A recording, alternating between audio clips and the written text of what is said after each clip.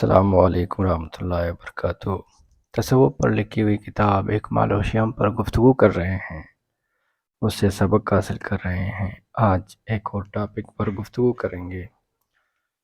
اور وہ ہے عارف اور غیر عارف میں فرق۔ اس جگہ پر مصنف صاحب شیخ رحمۃ اللہ علیہ کو کوٹ کرتے ہوئے لکھتے ہیں، اگر تجھ کو تیرے نفس کی طرف لوٹا دیا تو تیری مذمتوں کی نہایت نہیں، اور اگر اپنا وجود و کرم تجھ پر ظاہر فرمایا تو تیری خوبیوں کی کوئی انتہا نہیں۔ یعنی نفس کی پیدائش بدی اور شرارت پر ہے، اور جو کچھ نیک عمل اس سے ہو جاتا ہے وہ حق تعالیٰ کا فضل اور احسان ہے۔ اور اگر حق تعالیٰ نے تجھ کو تیرے نفس کی طرف لوٹا دیا، یعنی تجھ کو تیرے نفس پر چھوڑ دیا اور فضل و توفیق کو روک لیا، تو پھر تیری برائیوں کی کوئی انتہا نہیں، اس لیے کہ نفس تو تمام برائیوں اور شرارتوں کا مجموعہ ہے۔ جب توفیق الہی اس کی رہبر نہ ہوئی تو اس سے بجز برائیوں کے کچھ بھی نہ ہوگا، اور اگر حق تعالیٰ نے اپنے وجود اور کرم تجھ پر ظاہر فرمایا تو اس کے وجود و کرم کی تو کوئی انتہا نہیں، تو تیری خوبیوں کی بھی کوئی انتہا نہ ہوگی۔ غرض یہ ہے کہ نفس کی خرابیوں سے تو نجات بدون التجا و توجہ اللہ کے ممکن نہیں۔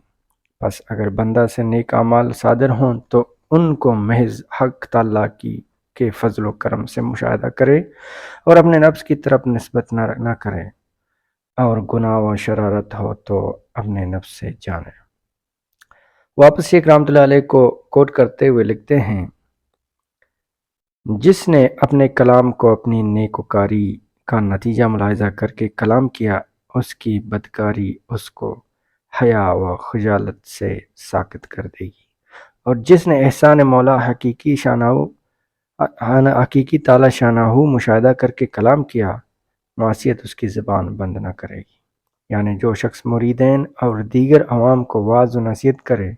یا حقیقت و معرفت کی باتیں بتلاوے، اور اس کے قلب کی نظر اس پر ہو کہ یہ علوم و معارف جو میرے قلب میں آ رہے ہیں یہ میرے اعمال کا صلہ کا نتیجہ ہے، اور میں جو دوسروں کو نیک باتیں بتلاتا ہوں میرے اندر یہ موجود ہیں، تو اس شخص سے اگر کوئی گناہ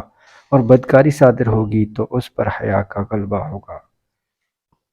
کہ میں دوسروں کو کس منہ سے بتلاؤں جب خود ہی مبتلا معصی ہوں، اور اس کے زبان کو بند کر دے گی۔ اس لیے کہ منشا اور محرک اس کے بولنے کا اس کا اپنے آپ کو صالح سمجھنا اور اس واعظ و نصیحت سے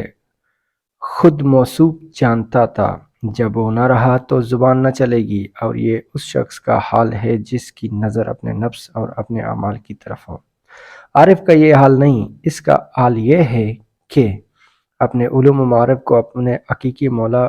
کے فضل سے مشاہدہ کرے گا، اور اپنے نفس کی طرف کسی درجہ میں بھی نسبت نہ کرے گا، بلکہ ذوقی طور پر اس پر یہ حال ہوگا کہ میری مثال بلکہ منادی کرنے والے کی ہے۔ بادشاہ کا یہ حکم ہے، تو اگر اس شخص سے کوئی گناہ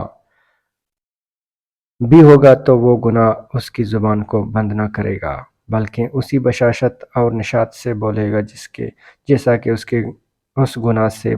پہلے بولتا تھا، اس لیے کہ اس کے بولنے کا محرک اس کا اپنے کو صالح اور نیک مشاہدہ کرنا نہ تھا،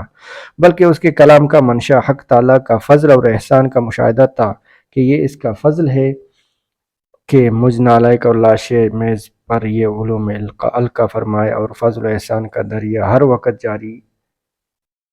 ہے، اس لیے اس کی کلام بھی کسی وقت بند نہ ہوگی۔ اس جگہ پر مصنف صاحب فرماتے ہیں، جب حق تعالیٰ کا تجھ پر احسان ہوگا تو تمہارے خوبیوں کی بھی کوئی انتہا نہ ہوگی۔ اگر ان خوبیوں کو تو اپنی طرف سے جانتا ہے کہ میرے یہ اعمال صالحہ کا نتیجہ ہے،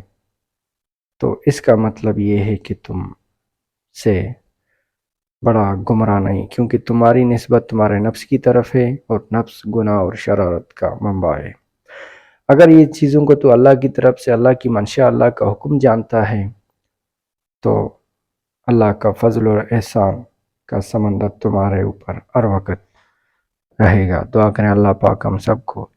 اسی طرح کا عارف بنائے، آمین۔ دعا میں یاد رکھیے گا۔ تھینک یو، اللہ حافظ۔